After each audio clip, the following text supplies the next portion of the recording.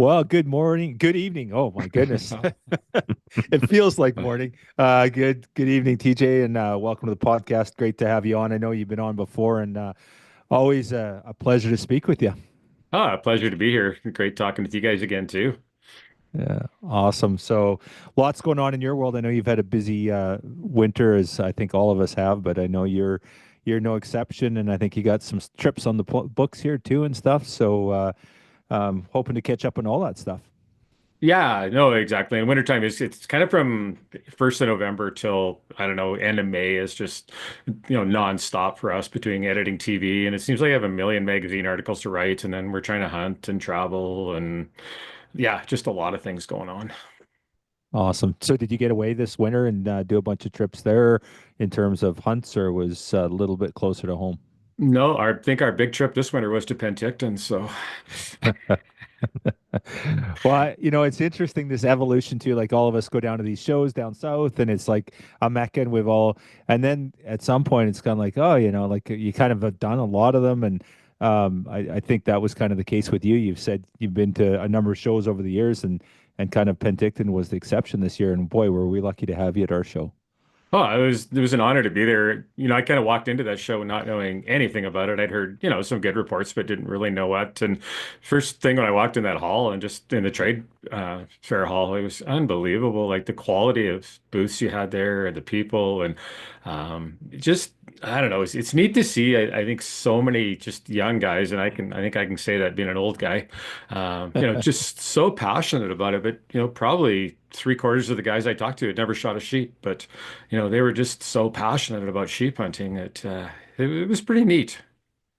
Yeah, it's awesome, and it's a different type of show too. Like there's the big shows down south, and we never will be compared to any of them, nor do we really want to be. They have a niche market that they fill, but we have a built in BC or built in Canada kind of thing, and really unique too. Like we're not the big trade shows like in Ontario. You go out there and those shows are massive and they're awesome, but we're really, really hyper focused on the mountain aspect of it, and I think that's the cool part of what we're doing.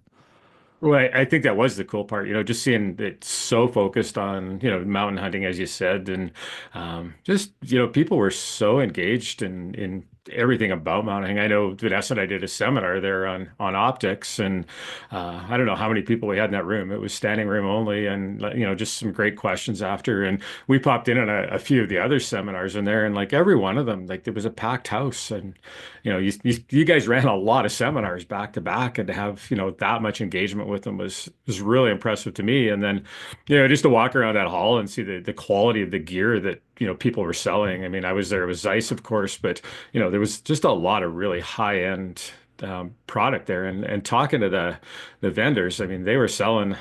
It was kind of neat working in the Zeiss booth, really, because everybody who came along, you're kind of like, oh, do you have any Zeiss product? And if you're at a typical trade show, it's like, no, I can't afford it.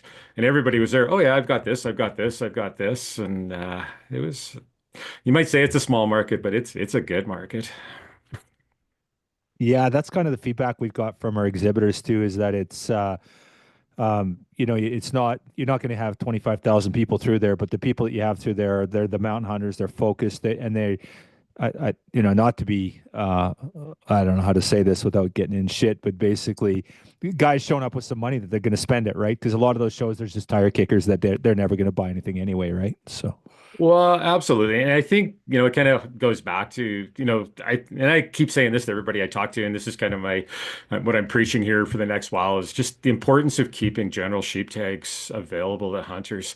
Like I say, so many of the people I'd never talked or that I talked to there had never hunted sheep or had hunted sheep, but had never got one. But it was just that dream of hunting sheep over and over and again that kept them so engaged. I think not only, spending money, but also in wild sheep itself. And boy, I know you guys lost some of your bighorns recently here to draw, and they keep threatening us here in Alberta too that we're going to lose our bighorns, and it's been a fight I've been involved in for 15 years. I mean, I think it's really important to keep some general opportunity for sheep hunters, or all of a sudden all those guys who kind of dream of one day killing a sheep, if they're never going to draw a tag, what's their incentive to be involved?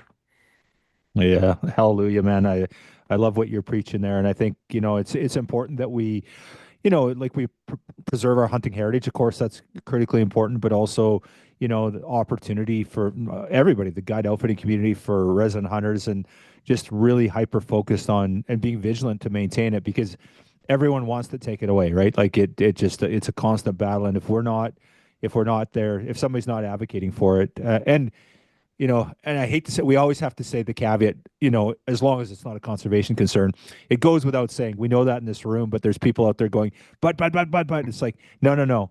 Like, there's lots of sheep on the mountain. And if we have a harvest issue, then yeah, absolutely, we're going to shut it down. But that's not what we're talking about here.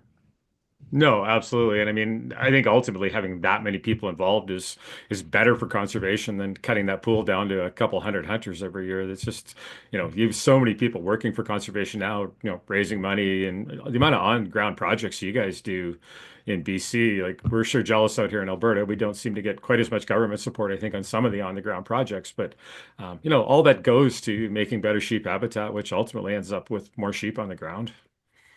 Yeah, yeah, well said. Awesome. So, okay, you came out.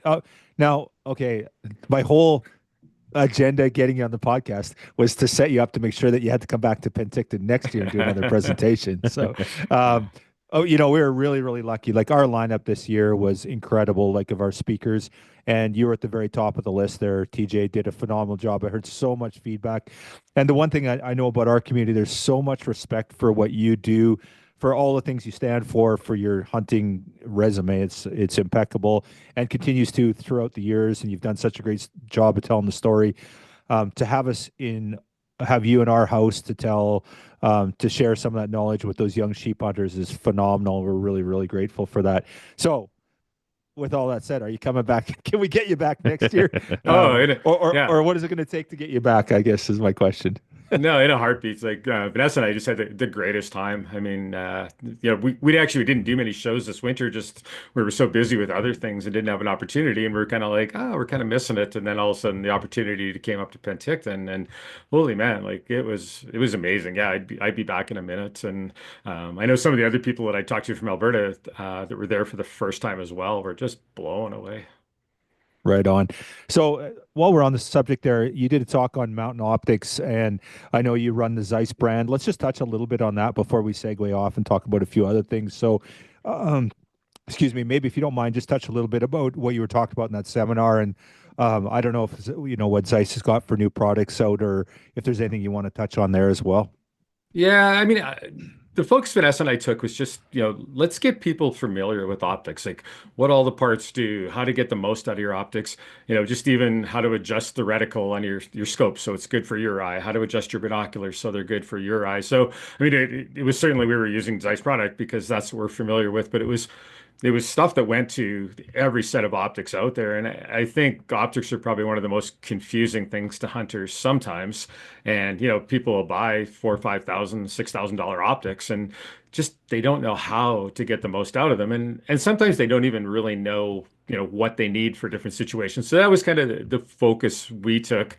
I know we kind of got into first and second focal plane scopes a little bit. And, Zeiss has just got back into the first focal plane scope and just even that kind of thing I think most people were pretty unfamiliar with. So that was kind of the tact we took. I mean, yeah, I think we've been running Zeiss since I can't even remember when. Probably it's got to be since about well, long story short here, I got my first set of Zeiss binoculars in 1986.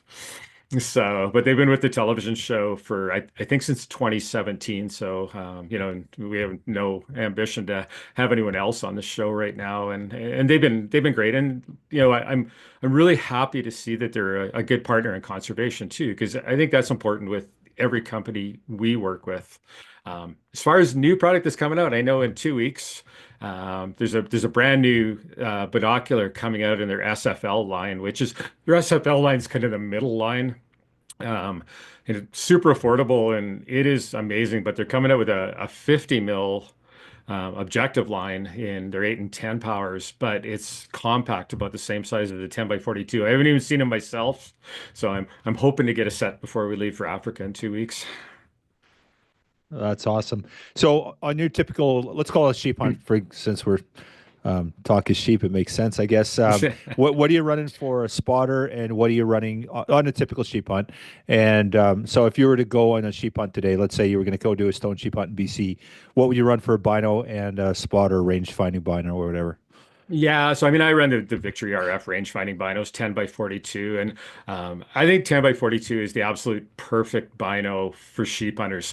It's still compact enough that it's not bulky, it's light enough that it's not heavy, but the 10 power gives you, lots of ability to glass. And once you start getting older, the eyes just don't handle the high magnification as well as they used to. So, if you get a little bit of shake, you can look at it in the store and get a little bit of shake in your binos and go, oh, that's nothing, but I'll tell you what, spend 8 hours behind them, and it's a whole different story. So that's kind of my absolute go-to. And I'll tell people the most expensive thing you'll ever do in your life is look through a set of range-finding binos because you'll have to have a set after that. I could never go back to having a rangefinder and binoculars again. As far as spotting scopes go, I'm probably the worst guy to talk to because I'm still running about a 10-year-old Zeiss spotting scope. Uh, yeah, so I mean, but I think something, kind of with that 20 power lower end and, getting up into that 60 power. And spotting scopes really serve two purposes. I mean, they are definitely for finding animals, and that's why that lower power is really good. But just in BC as well as in Alberta, we do have curl restrictions or age restrictions on them as well, and that's where you really need that high quality, high magnification scope is to assess trophy quality and assess legality. Did you say you're running 60s at 60 powers or 60 mil Yeah, on so I'm running a 65. 65? Yeah, so it's a 15 to 56 by 65. And it's old. They don't even make it anymore, so I shouldn't even be talking about it. But it's been such a great scope. I love it. But there's a real trend now to go to the really big objectives, the 80s and the 90s. I see there's even 100 out now. And while they do get a lot more light in, the price you pay is they're heavy and bulky. So, Yeah. that's a decision I think that's pretty personal. I know the older I get, the happier I am when my pack's a little bit lighter and there's a little bit less in it. So that's kind of why I've stuck with the scope that I have. But, if you don't mind carrying that weight, there's certainly advantages to going to that bigger objective lens. Yeah. Have you tried any of the new stuff, or you're just so set on that old scope you haven't even tried any of the other stuff? No, I have played with it for sure. I mean, it's awesome, and I wouldn't be surprised if we see some new spotting scopes from Zeiss in the next year or two, just because the current lineup has been there for quite a while. But yeah, it's super quality stuff. And I mean, I think the big thing you'll notice, and if you look through a spotting scope enough, you always think you're looking straight ahead and panning the spotting scope, but really your eyes start to move from side to side without ever moving the scope because you're taking in a big field of view, so you just can't really see it all. And when you start watching those edges of the scope is the test of quality for me. Like if you can look from the center of the scope and look all the way to the edge and have equal clarity, that's a scope you should buy. Yeah, when I'm on the hill too, I just love getting the scope out there. You get on some sheep, and then you just go across your field of view, and you don't even have to move the thing. And yeah, you might like to glass some new area, but that's just my favorite thing is you see so much, and if you got good quality, you can do that across the whole span of it for sure. Yeah, and I mean, to me, stone sheep have to be the hardest sheep in the world to spot, Hmm. just because of the spots they live in and their coloration. But I mean, you find the stone sheep so often in those avalanche shoots and the willows and things like that, where Dall sheep you can spot those pretty easily with a set of binoculars, just because they're white glowing beacons out on the side of the hill. And bighorns, once you kind of learn how to glass for them and really maximize your time, they're a lot easier to find too. Not saying they're easy, but you can certainly. But stone sheep, and I haven't hunted stone sheep a lot. I've probably got 100 days hunting stone sheep or so. But to me, they're just the hardest thing in the world. You can look at a mountain for 8 hours, and then 5 minutes later, there's a dozen stone sheep down there. Yeah, yeah, absolutely. So you guys got this trip planned to Africa. Will you take obviously all your optics there? Do you use any different optics when you go over there? Like, obviously, you're going to be hunting off the back of a truck or something like that. So do you use like higher power stuff, heavier stuff, or what, same lineup? Pretty much same lineup. If I'm going somewhere where there's like zero chance of long range shooting, I'll probably leave the range finding binos at home and just go with like an 8 by 32 or an 8 by 30, something like that. And scopes, I'll go with like something like I really like that Zeiss V4. It's a 4 to 16 power scope and 42 mil. So I mean, it's really lightweight. It's got the long range capabilities. It's got the extended turrets on it. So not like we're typically shooting long range. And this trip we're going on is in very heavy cover. So most of our shots are probably going to be 100 yards or so. But I've still got the turret on top of it if I need to dial out to 300 or 400 yards. Last year when Vanessa and I hunted in Africa, we hunted on the Eastern Cape. And the Eastern Cape is a very mountainous region. Like there's 8,000-foot mountains there, and you're glassing with spotting scopes. It's a lot like elk hunting in the mountains, or even sheep hunting in the mountains to some degree. And we both took shots over 400 yards on that trip, and only because we couldn't get any closer. So really depends where you're going. And so I mean, I really like the compact binoculars. Like if I can, so I spoiled myself and bought a set of the 8 by 32 Victories here a little while ago, and that's kind of my go-to when it's heavy cover and we're not going to be doing any long range stuff. But like last year when we were in the Eastern Cape and there was a possibility, I want a rangefinder and I want to know, even if my guide has one, I still want to know how far it is. And the other thing about rangefinders, I don't know a lot of people, if you haven't used them a lot, like if you've got a standalone rangefinder you have to pull out, you'd hardly ever use it other than to range game. But I'm planning stocks all the time with my binos. Like, okay, if I can get to that rock, how far am I going to be? If I can get to this rock over here. And when I shot my desert sheep in Mexico, we spotted them from quite a few miles away. And it was just once we got up on the mountain, all the cover was about 8 feet high, and there was just no way you could get a look at him. So, we were kind of going, okay, if we get to that opening, it's 400 yards, but he's 1,000, so we know he's going to be 600. And to me, that's where the rangefinders like just pay for themselves almost more sometimes than knowing how far your target is planning those stocks. Yeah, it's just such a vital piece of kit. But I guess like hunting's changed so much over the last 20 years with the evolution of, long range shooting and a whole bunch of other stuff, right? There's so many things that are different now. And then just the reliability of like these range finding binos or range finders, they're just so bloody accurate now that there's so much you can do with them that you could never do 20 or 30 years ago, I guess. So, Well, I mean, the new binos are, I'm Bluetoothing to my phone with them, so it's telling me the temperature, the barometric pressure, everything else right off the binos themselves. yeah, yeah, it's awesome. You said you run the V4. Is that what you'll run on a mountain, like your mountain hunts as well, typically? It is. I mean, we run the V6, probably more like in the foothills and the prairies. It's a really nice optic, but it's a little bigger, it's a little heavier. To me, that V4 is just kind of the perfect compromise of weight, great clarity in it. It tracks perfectly, when you're adjusting the turrets. And I think they're about $1,500 now, so it's a pretty reasonable scope for the quality you're getting. And Is that a then 40 mil scope or is it's it a 40, yeah, it's a 42 mil scope. So they do right? make a 50 as well on it, but I run the 42 mil, yeah. So the 4 to 16 is just it's got lots of high-end magnification, when you need it for those longer shots, but still got that 4 power if you do find yourself in a position where you're shooting 20 or 30 yards. Yeah, that's always nice with bears in the mountains as well, too, right? So, What I've literally shot sheep from, I think my closest sheep was 32 yards all the way out to 600 plus. So you just never know where you're going to end up. yeah, that's awesome. Have we had you on the podcast since you finished your finals, your slam? I I don't. I don't don't know. think we have. No, maybe not. No, Okay. Greg says Greg's no. given Yeah. us the Yeah. all-knowing nod of disapproval.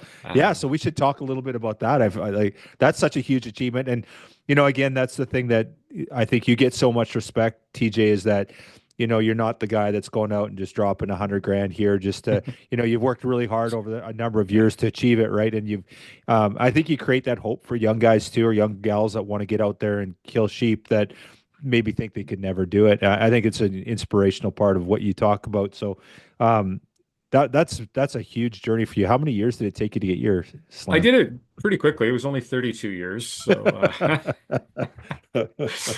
so yeah. So and it was just like you say. I mean, I obviously it was kind of funny. I came to Alberta on a vacation in 1985 and saw my first bighorn sheep I'd ever seen. And went home, packed my bags, and was living in Alberta in 1986. and took my first bighorn here in '88, and then just totally got hooked on the sheep bug after that. And kind of in the late '90s, like a last minute cancellation stone sheep hunt came up, and I think it was $5,000 at the time, and I hummed and hawed, but I just there was a lot of money. I said, I just can't do it. And so thought about it overnight, and then it was Darwin Watson, and called him back the next day and said, "When would I need to be there, Darwin?" He goes, "Today." So jumped in the truck and drove, and we killed a gorgeous 11-year-old stone sheep on day 18 of a 14-day hunt. So it was, and then kind of the same thing with my Dall sheep in 2000. Harold Grindy from Gaina River called me up kind of last minute again with a cancellation hunt, and it was a good deal, and so I kind of jumped on it, and you know like I never had the money or the ability to just go out and pay for 4 hunts like that. And then I've been applying for desert sheep for I think 27 or 28 years. And a good friend of mine, Jeff Eno, went to Mexico on a hunt with Rob Brown from Timber King and killed the prettiest desert sheep I've ever seen in my life, just bar none. I've seen bigger scoring ones, but it was just the nicest looking sheep I'd ever seen. So kind of gave Jeff a call, and I really trust Jeff's judgment on. And I says, is this a real deal hunt? Because not all Mexican hunts are. And Jeff said, no, this is as legit as it gets. And, Rob's a good guy. So I gave Rob a call, and all of a sudden I was going desert sheep hunting in 4 months. So, but yeah, it was just a matter of taking advantage of it. And I'd been pretty lucky. I'd been on a few stone sheep hunts before I'd killed mine. I'd been on some Dall sheep hunts before I took mine. So I'd had the experience. And, if that's all I would have had in my life, I would have cherished it, because once you've hunted, the 4 sheep in each of their own terrains, they're so different. You hunt them so differently, and to hunt them with really knowledgeable people who know a lot about them, to me, that was way more of a trophy than the 4 sheep I've taken. I mean, I cherish those, but just the time spent with those people and what I've learned about sheep hunting, and I've been pretty blessed too. Like I think I've been on 19 bighorn kills here in Alberta just with friends and things like that. And so I've kind of lived my life sheep hunting. I mean, we start probably mid-May and go till the end of October, either scouting or hunting. And it's hurt a lot of my other things that I could have been doing in life, and including living in a nice house. But yeah. Yeah, awesome. Where's Vanessa at in her sheep quest? What she got for sheep? So she's taken a bighorn and a Dall. And Okay, yeah. yeah, she's pretty happy with that. I mean, she's got no aspirations of doing a Fanaz, and she's taken her a mountain goat, and she does have her Super 10 with GSCO, so she's kind of got that experience of getting all the different species. Yeah. And do you guys play the odds down south you put in for your draws down south? So um probably get drawn for something down there too in one of those states. Yeah, I mean, we have drawn some decent tags over the years, some mule deer tags and elk tags and things like that. But just now, it's getting so tough to draw down there. And I mean, there's definitely a few opportunities that are just totally random down there. But it's getting so hard to draw with points now. Like when I drew my elk tag in Arizona, I think I drew with 12 or 14 points. And to draw that same tag now, you're probably looking at 26 or 28 points. And so things have changed. So I backed out of a few of the draws down there. I mean, I just kind of looked at the odds and my age and went, I'm just kind of wasting my money on these. But it does keep the dream alive for definitely some people. And there's a few species that do, there's a tiny random component, but I'll keep putting in for those as well. But if the guy wants to go down and hunt mule deer or elk or something like that, just for a totally different experience, like hunting elk in the desert in Arizona, or mule deer at 14,000 feet in New Mexico, it's totally different. Well, I've hunted BC, you can say, well, I've hunted elk in BC. It's not the same. It's like hunting something totally different. So that's why we do it. I mean, we just love that experience. You've kind of hunted all over the world. You've hunted obviously Africa several times. So what's the bucket list? Like you've kind of had an opportunity. What's left on the list? Yeah, well, and I will. This is probably one of the most controversial hunts we'll ever show on television. But I do have an elephant hunt booked for 2026. Awesome. And it's a really good story. It's a good conservation story too, and we're going to try and tell that whole story. Not that all elephant hunts aren't a good conservation story, but we're going to hunt in the Caprivi area of Namibia, and each year they give out the one elephant tag and one Cape buffalo tag to the village, and they can sell those tags, and all the meat goes back to a big festival they have. So they're actually called festival tags. And neither one of the animals is exportable, which is fine with me. I just want the experience of hunting them. But what they do is they target, elephants that have been doing crop raiding and, talking to the outfitter there. Like many of the elephants they've hunted have actually killed people and things like that. So it's a good conservation story all around. And I'm kind of sad that I'm going to spend so much time justifying this hunt.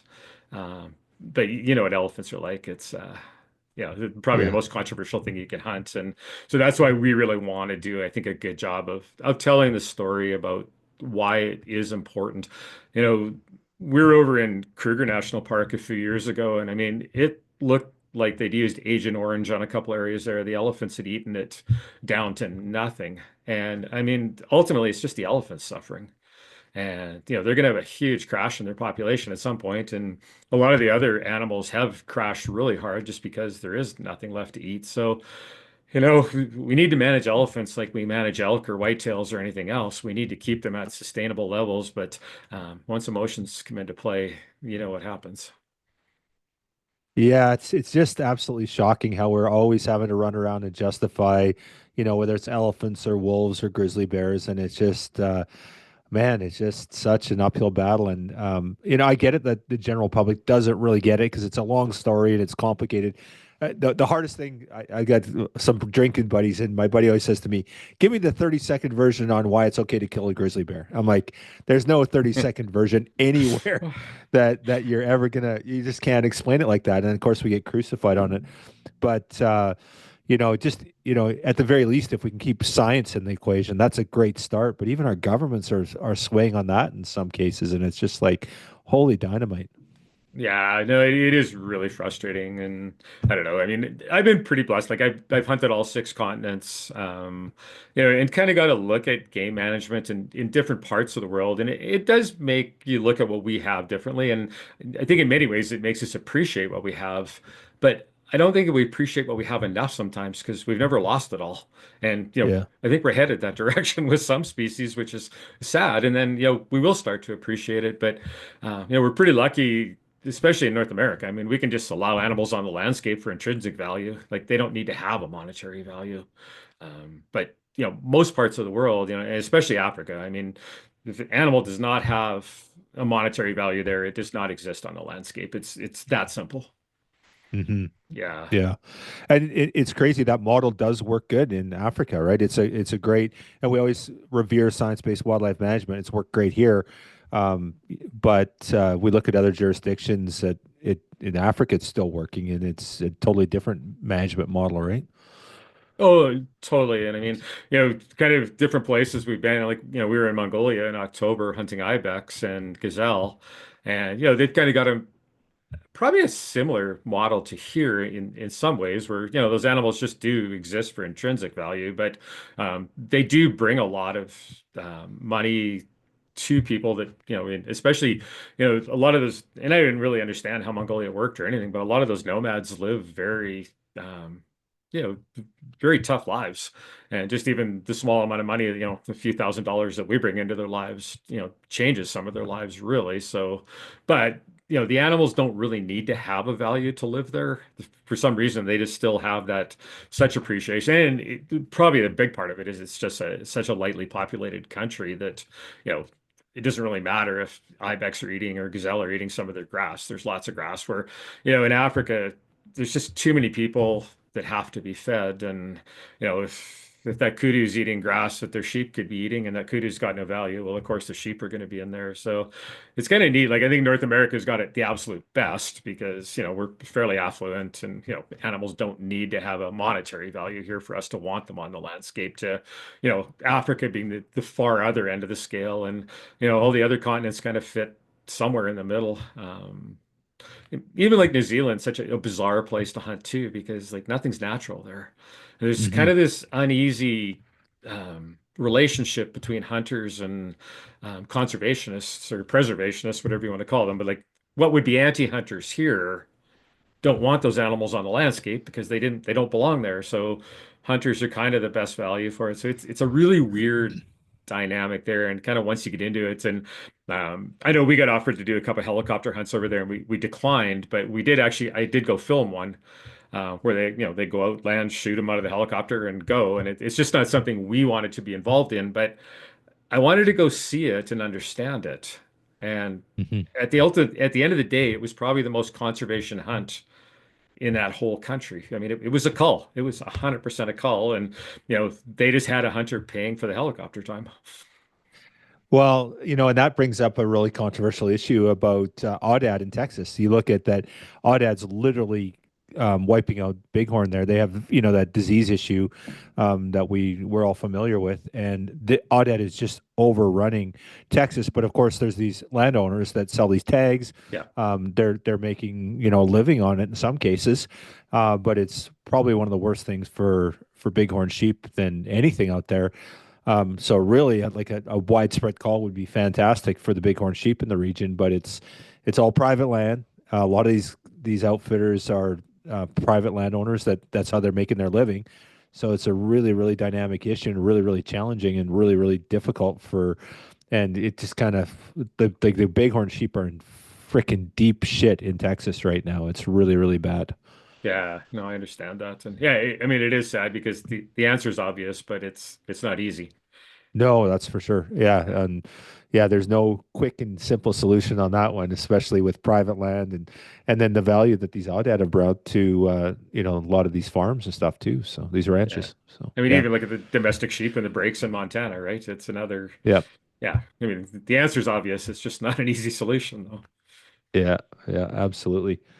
Well, TJ, one of the things that I respect, yeah, I think a lot of people do too, is like obviously the hunting aspect of it, but the conservation aspect of it. And you're the guy that puts, I would say, your money where your mouth is, but your work ethic where your mouth is. You're always out there on the landscape doing so much. And I know Greg wanted to dive into a bunch of stuff on the great work that you're doing, certainly in Alberta on the conservation side of things. Yeah, no, we had a chance to talk in Penticton, and it's kind of outstanding what you're doing on the side that doesn't really get shown too often with the antelope. Yeah, so we're doing a project there, and I think the law. I don't even. It's my project. And I don't even know it's the pronghorn corridor enhancement project. We just call it simply antelope fencing, and kind of the precipice of the whole project is just to make easier corridors for migrating antelope. And probably a lot of people in BC may not know that antelope just have a real reluctancy to jump fences.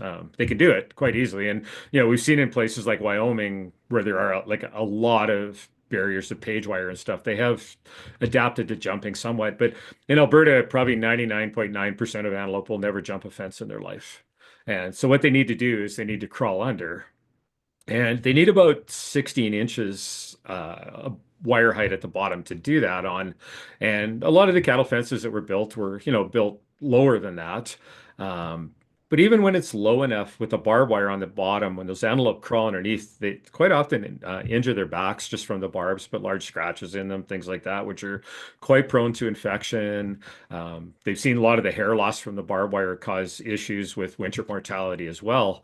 So how the project started was the Alberta Fish and Game Association got involved with Suffield military base in Alberta, and they ended up doing 50 miles of fence the first year, just taking off the bottom wire and putting on smooth wire. And that was it was a one-off project.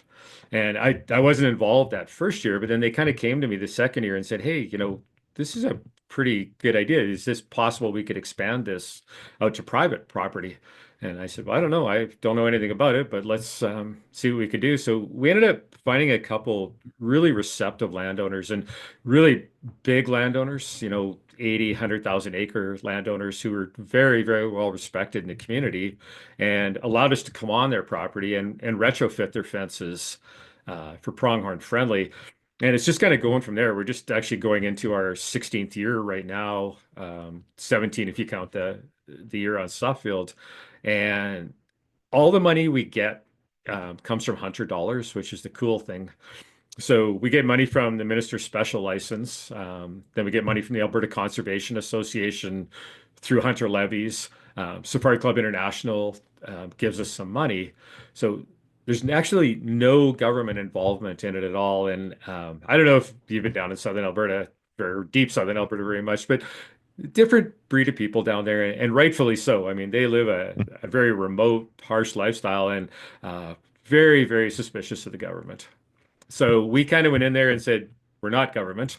And, that made sure they didn't shoot at us at least. And then once we got a little bit of credibility, within the communities, the project's just really taken off. So there's only really two of us that are paid for coordinating the project. So I get paid as a coordinator, and then there's one staff from the Alberta Conservation Association that works together with me on the project. But all the work is done by volunteers.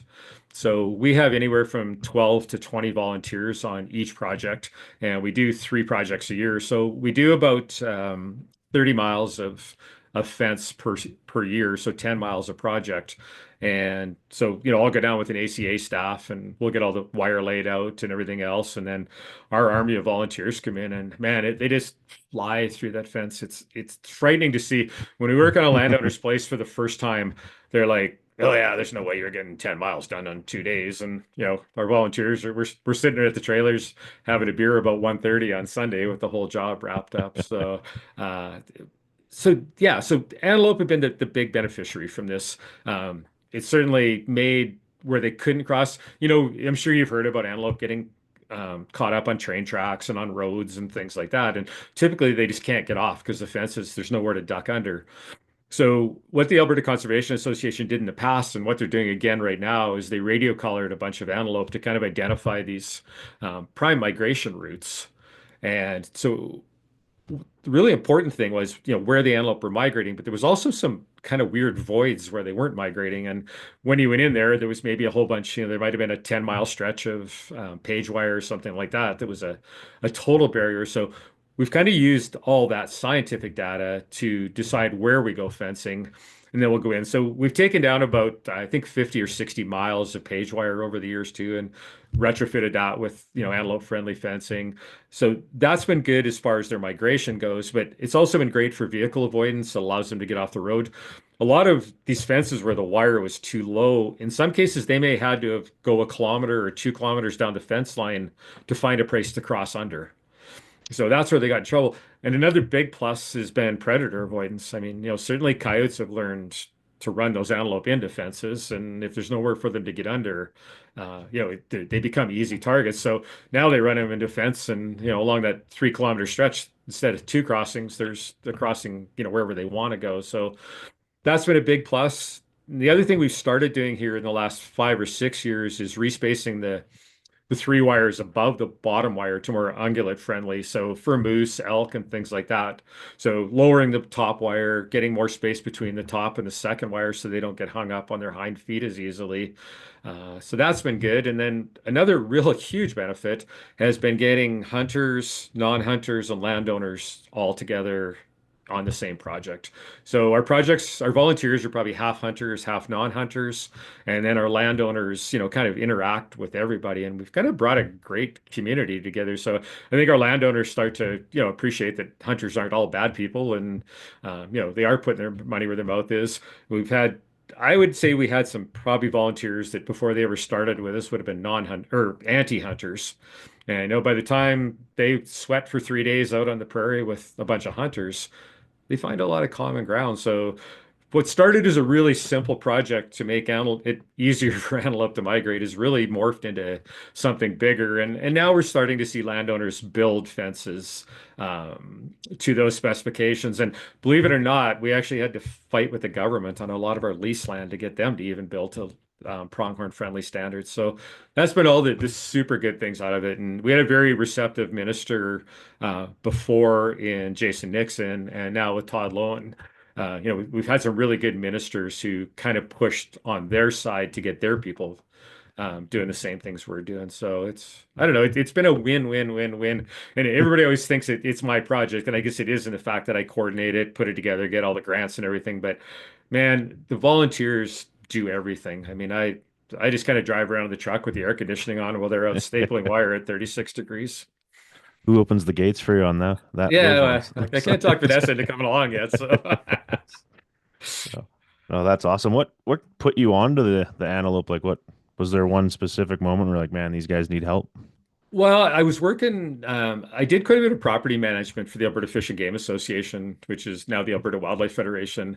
And so I was already working with them. And then they got involved with this project on Suffield and then just kind of looked at it and decided they wanted to really make it bigger. And I've always loved spending time down, especially the southeast part of Alberta. To me, it's just one of the most magical places to visit. I'm not sure I'm quite ready to live down there yet, but it's a magical place to visit.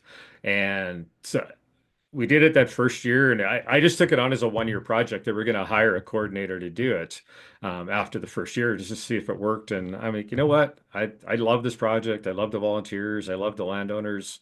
I'm happy to keep doing it. And so far, we've found funding to do it for, like I say, we're just coming into year 16 now. So I may have to pass the torch here one of these years, but we'll train somebody up before that happens. How do folks get involved with that?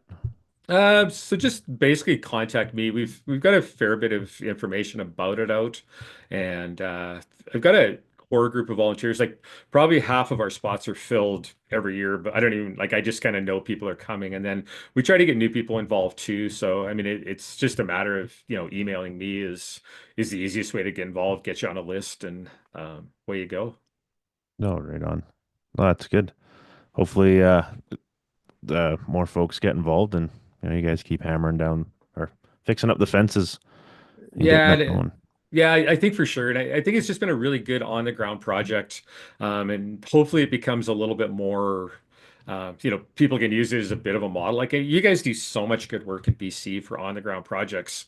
And you've got, with smaller scale mechanical clearings and, even some burns and things like that. And our government's just been so reluctant to let us on the landscape. So I kind of look at projects like the antelope fencing project as, a great example of how much good work volunteers can get done on the landscape. Yeah, we get to see it all too often as well, and it's great getting people involved, but the people up top need to be involved too. Like there's we Well, we run into those issues quite often, as you yeah, guys do.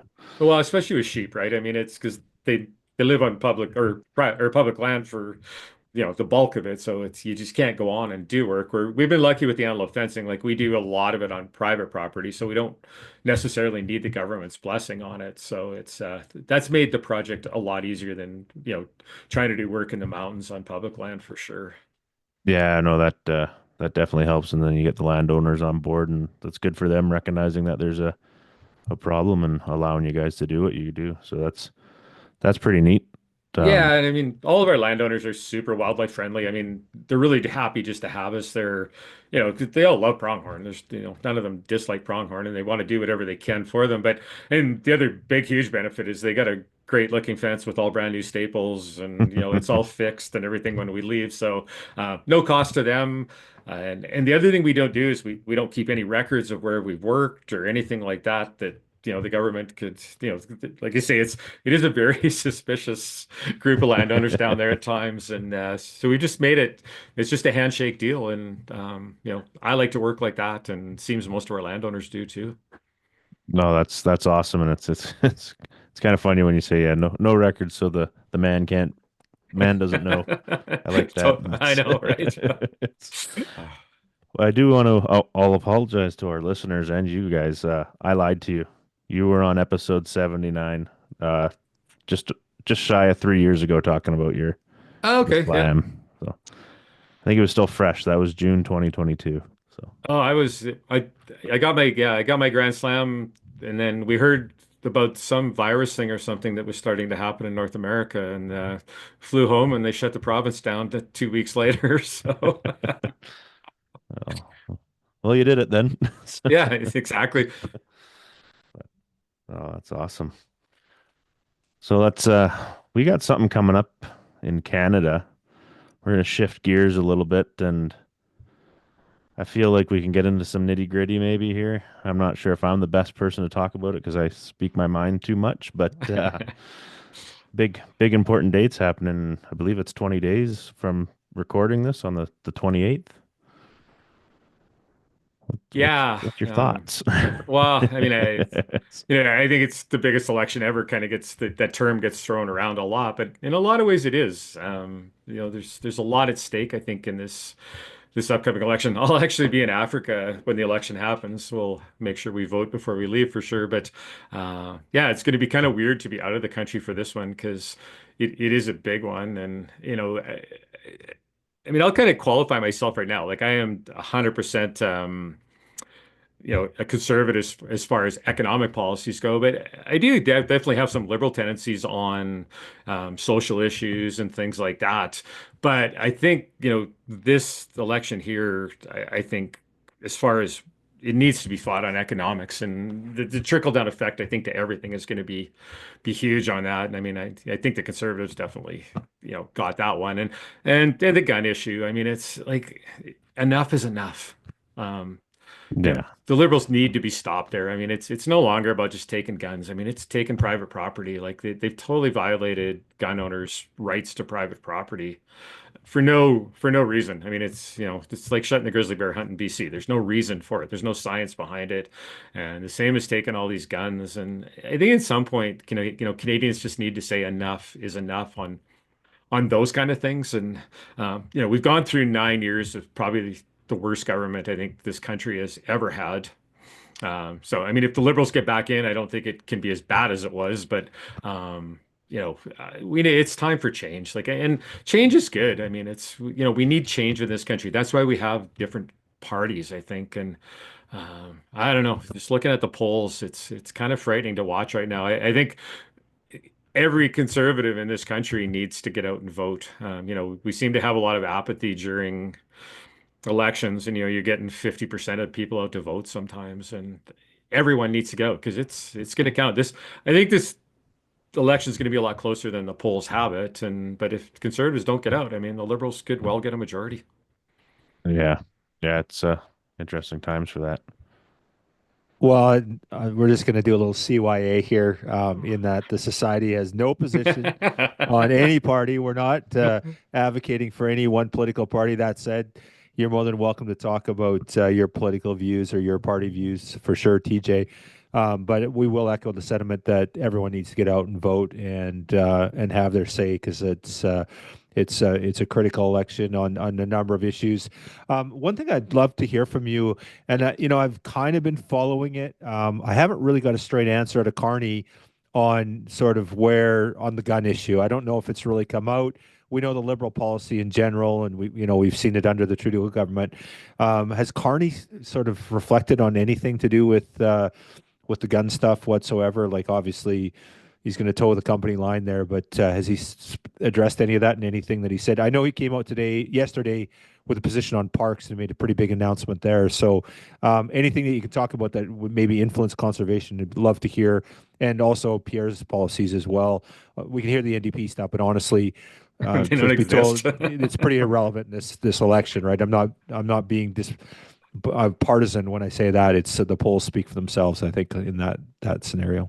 Yeah, and I mean, I haven't heard any specifics from Carney, but I mean, he's definitely going to carry on with everything Trudeau has done, and to see that to fruition. And what's to come after that, I don't know. It was kind of interesting. I guess the Metro Police in Toronto actually came out today and asked Carney and Polyev what their plans were for law-abiding gun owners, for illegal guns, and wanted an answer. And boy, if you read their statement, I mean, they were pushing hard towards the conservatives having uh, the better policy there. Uh, the liberal parks, it's kind of one of those feel good, looks good things without a lot of substance in some cases, and in some cases, it's just too much substance. You're going to eliminate a lot of users from the landscape, and I think a lot of users that probably have a better understanding of the landscape, a lot of users that put more time in. And I mean, I know when Blaine was at your banquet, Blaine Hawkins, he talked about 3030 coming, which, it's a scary thing. And um, I don't think you ever want to shut consumptive users out of the landscape. We put a lot of money back into conservation. We put a lot of time, a lot of effort back into conservation, and I think the Liberals have been somewhat cagey, and this is they've kind of played it as a First Nations, non-First Nations issue, and it isn't. We both use that landscape, and we can both use it collaboratively. And that's been proven like everywhere. And you guys have done great work in BC, working with the First Nations groups on a lot of projects. So there's no need to cut the licensed hunters out of these parks. Um, it's just going to hurt in the long run. Once we start to forget about them, they do get forgotten, and that's when there's a lot of trouble. It's when they're, forefront of mind. I think that it's important. Well, to that point, I look at, you look at the U.S. and there's so many more people in the land base. You got 300 million people well above 300 million people in an area much smaller than Canada, and so we're one-tenth the size here in Canada, roughly, much larger land base. And there's a lot of places that people won't go there unless they're hunting. Like there's so many places that you've been in BC, TJ, and certainly Greg and I, where there's just nobody there. You're the only one there. You might run into somebody, but they're hunting, and that's it. So, you're the eyes and ears on the ground. If there's a disease problem, you see dead animals.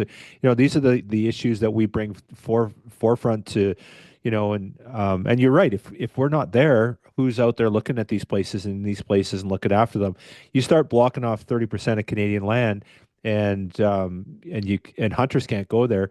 You're not going to get people from Vancouver go and hang out in a lot of these places. They're just not going to go there. They'll go to these, the big parks like the Tatch and Shinnies of the world and stuff like that. But they're not going to go to these remote areas that hunters go to, these fly-in lakes that nobody's gone to other than hunters, right? And certainly not Indigenous people either. Maybe years ago in the landscape they were in that area, but certainly not in the modern era. We don't see anyone in a lot of these areas in the backcountry. So I agree with you. I think that if we lock down this land and hunters don't have access to it, of course we're biased, like we want access to it. But that said, that there's going to be a knock-on effect too, and then not even to go into the conservation realm of things either, right?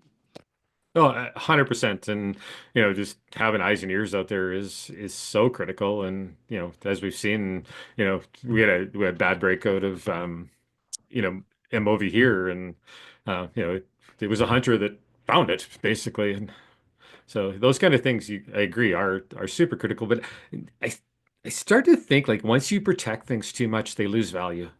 Hmm. Just because nobody's appreciating them. Nobody's out there using them. Nobody's out there enjoying them. And you think I I always kind of use the analogy, you protect things to death. Hmm. And there's a great balance between, us as consumptive users, science, conservation, everything else. It all works really nicely together if you allow it to work together. It's when you don't that we get in trouble. And I don't know. It's just I've just seen this liberal government just try to play so many sides against each other here, and just even the East-West divide in Canada is probably kind of the biggest example of it. But just even playing the First Nations against the license hunters and things like that, it's not there. It doesn't have to be there. We can all work together so well, and because we all care about the same things, we all want to work towards the same goal. But Hmm. it's not to a government's advantage to have everyone kind of on the same page. No, they love it, don't they? The divide and conquer, for Oh, sure. totally. It's good for business for them, for sure. Yeah. And I hate to say it, and this is one of the challenges. And BC, we've gone to this Together for Wildlife and co-management in the province, which on the surface sounds great, and I think it's got some really good ideas. But one of the things is this nation to nation, government G to G stuff, government to government.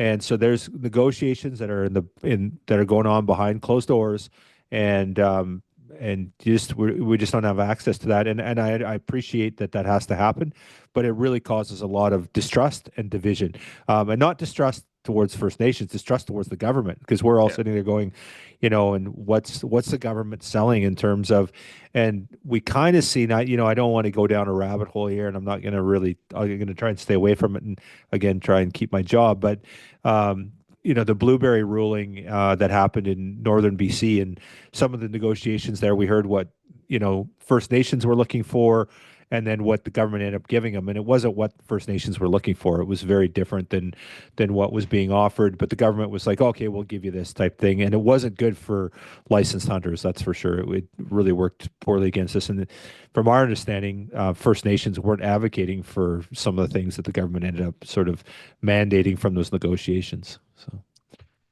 Yeah, it's a frustrating road, and I mean, I think fighting battles probably since I was in my 20s, kind of thing, and then they've been going on forever. But it just seems like the battles are getting bigger and the stakes are getting higher every year. And I don't know, as hunters, we are losing so much, and every time we lose something, there's no getting it back. yeah, yeah, for sure. And I think that's where, to your point is, like for example, with hunting opportunities, we just got to do our best to try and protect it and make sure that we can still be out in the landscape and not lose these opportunities because, yeah, they don't, they're not giving them away when they go. So, No, exactly. And even, back to the firearms, it's the same thing. Like we can't give up anymore.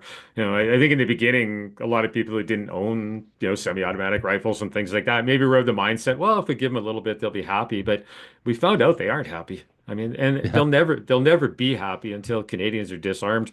I think probably like I just wrote this a little while ago. I mean, and I believe this. Like the liberals will never take away our hunting rifles. They'll hmm reclassify them as sniper rifles and take them then. yeah, You know, yeah, and that's a true story. Like it's, yeah, they're smart enough to do that, but there's, they'll convince people like, we're killing elk now at 1,500 yards, right? Well, is that a safe rifle to have in the public's hands? yeah. No, absolutely. Yeah, that's well said. Yeah, so I guess the important part is figure out what's important to you and get out there and vote, I guess, if more than anything. So, Get out and vote. Like this, I don't know, there better be a huge turnout for this one or Canada's lost. They just don't care anymore. Like and whoever wins, as long as there's a huge turnout of voters and if the conservatives lose and there is a big turnout, I don't know, the conservative parties I think is going to have to take a little deeper look inside themselves too and kind of figure out how they can become more palatable to all Canadians. I mean, and I'm as guilty of it as anyone. Like I sit out here in the West and go, oh, the stupid Easterners, they don't know what's good for them and everything else, right? And it's an easy mindset to fall into, and especially if you're on social media, because you're in an echo chamber in social media. Like everybody on your social media is pretty much of the same mindset you are, and if you just that goes in, feeds back, goes in, feeds back, and all of a sudden everyone in the East is dumb, and but. It's not. I mean, they're Canadians just like we are, and somehow we have to make a party that's palatable to everyone.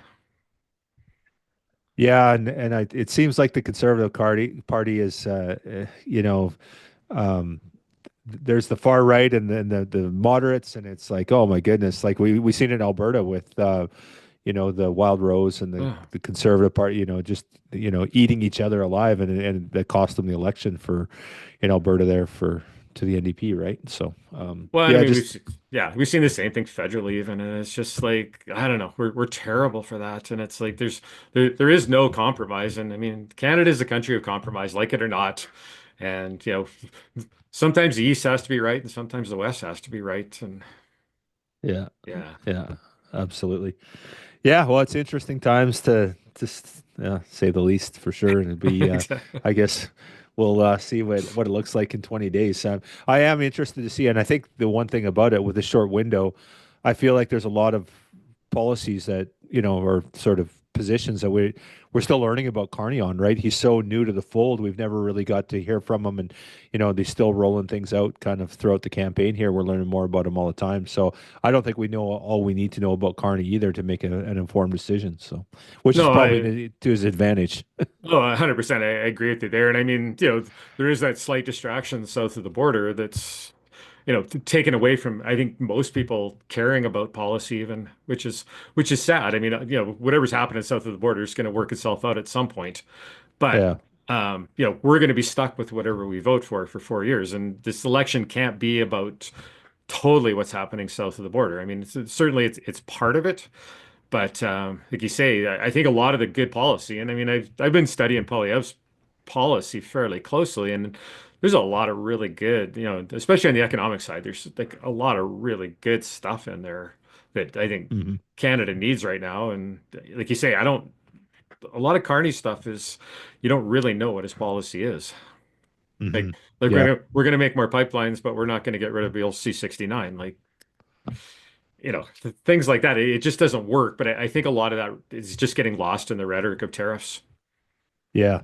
Yeah. It's amazing how much everything going on down south is just throwing a wrench into Canada. Everyone's just they're hyper focused on, basically what's going on. And then the fact that the sky's falling, the market doesn't help either, right? And everyone's Oh, freaking out there. So totally. um Me yeah. included. Yeah. So on that note, you got a trip planned to Africa. What's on the menu for your trip in 2 weeks here? So just a pretty basic plains game hunt. I don't know. Vanessa and I kind of treat Africa like Mexico. It's like kind of going to an all-inclusive where you can hunt. And that's the great thing about Africa. I mean, it is super affordable. Once you've traveled there a couple times, it doesn't seem so daunting that it's so far away and things like that. So, I mean, we love hunting kudu, eland, bushbuck, warthog, gemsbok, things like that. Vanessa's kind of got this idea that she might want to shoot a giraffe with her bow. So, Ah, well, cool. yeah, so she's been really working hard at that. And but yeah, for the most part, we're just going to some good friends, sitting around an acacia fire at night, drinking brandy and Coke and some good wine and eating good meals, staying in some nice accommodations. And we do one of these kind of luxury hunts about every fourth or fifth trip to Africa. We've got a place we hunt down there that definitely isn't luxury, and it's hard hunting. You're up at 3 in the morning and getting home after dark and everything like that. And when you come back from there, you kind of need a vacation from your vacation. But this trip is it's going to be just kind of a really chill trip in a really nice lodge and things like that. And yeah, so we're looking forward to it. We've both been going way too hard this winter. And we were just talking about that yesterday, as a matter of fact, how it's just going to be nice to just unplug. And, we'll shoot television while we're there and everything. But, Africa is such a great place to shoot television. It's pretty easy. And, well, I shouldn't say easy. There's lots of game. I mean, imagine going in the mountains and seeing 50 legal sheep on a hunt, right? If you screw up on 49 of them, you can get the 50th one.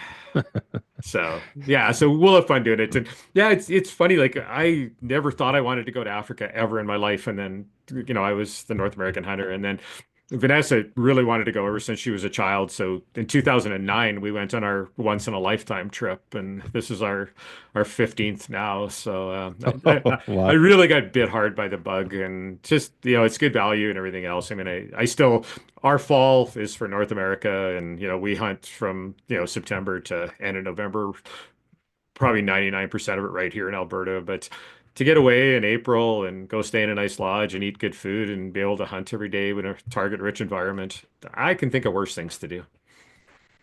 That's awesome. Yeah, that's great. So Africa for in a couple weeks, and then you got anything else throughout the year? You got a big hunt planned for the fall, or just mostly Alberta stuff, just your usual bucket list stuff. Yeah, I think we're going to go up to the Northwest Territories. I really want a wolverine, and so I think we're going to go up and do some fishing and chase a wolverine up in the Northwest Territories, and probably hunt wolves at the same time. And I actually bought a Pakistan ibex hunt at the Alberta Wild Sheep Banquet a year ago. And so we're going on that in February. And I've been kind of kicking around a little bit to go Bezoar ibex hunting in Turkey as well. So I kind of get into that age now where I need to get a few more of these mountain hunts done while I can, still do them. And so like last year we did Mongolia, did the ibex there, and there's still probably two or three more ibex species that I want to hunt. And they're still affordable, and they're just grand adventures. Awesome. Cool, man. Well, can't thank you enough, TJ. Anywhere you want to send people to check out the show or anything, I don't know that we need to plug you, but if any plugs you want to do, we're more than happy to share 'em. Yeah, just Outdoor Quest TV. You can find us on social media, and yeah, if you give us a follow, that's always appreciated. And Awesome. yeah, Greg, are we missing anything? What else we got? We just got to book him when he gets back from Africa. Talk about the trip. Yeah. Yeah, absolutely. Yeah, get you back on the podcast, and then and seriously, would love to have you back to the expo next year. So we'll chat on that offline here in the next couple. Well, probably when you get back from Africa, and see if we Yeah. can put something together. And just love having you out there, and just yeah, you and Vanessa are pillars of our community, and just it was great seeing your smiling faces, and everyone, people were just gathering around and wanting to chat with you at the show. It was really cool to see. So. Ah, that's awesome. I love that kind of environment. It's just yeah, it's contagious. Yeah, yeah, it was awesome. Well, thanks so much, TJ. Appreciate it, and have a great trip to Africa. And I guess we'll chat after the election and see what the political landscape looks like in Uh, Canada. I Oh know, boy. right? We'll keep our fingers crossed. Yeah, yeah, absolutely. Thanks, guys. Thank Thank you. you.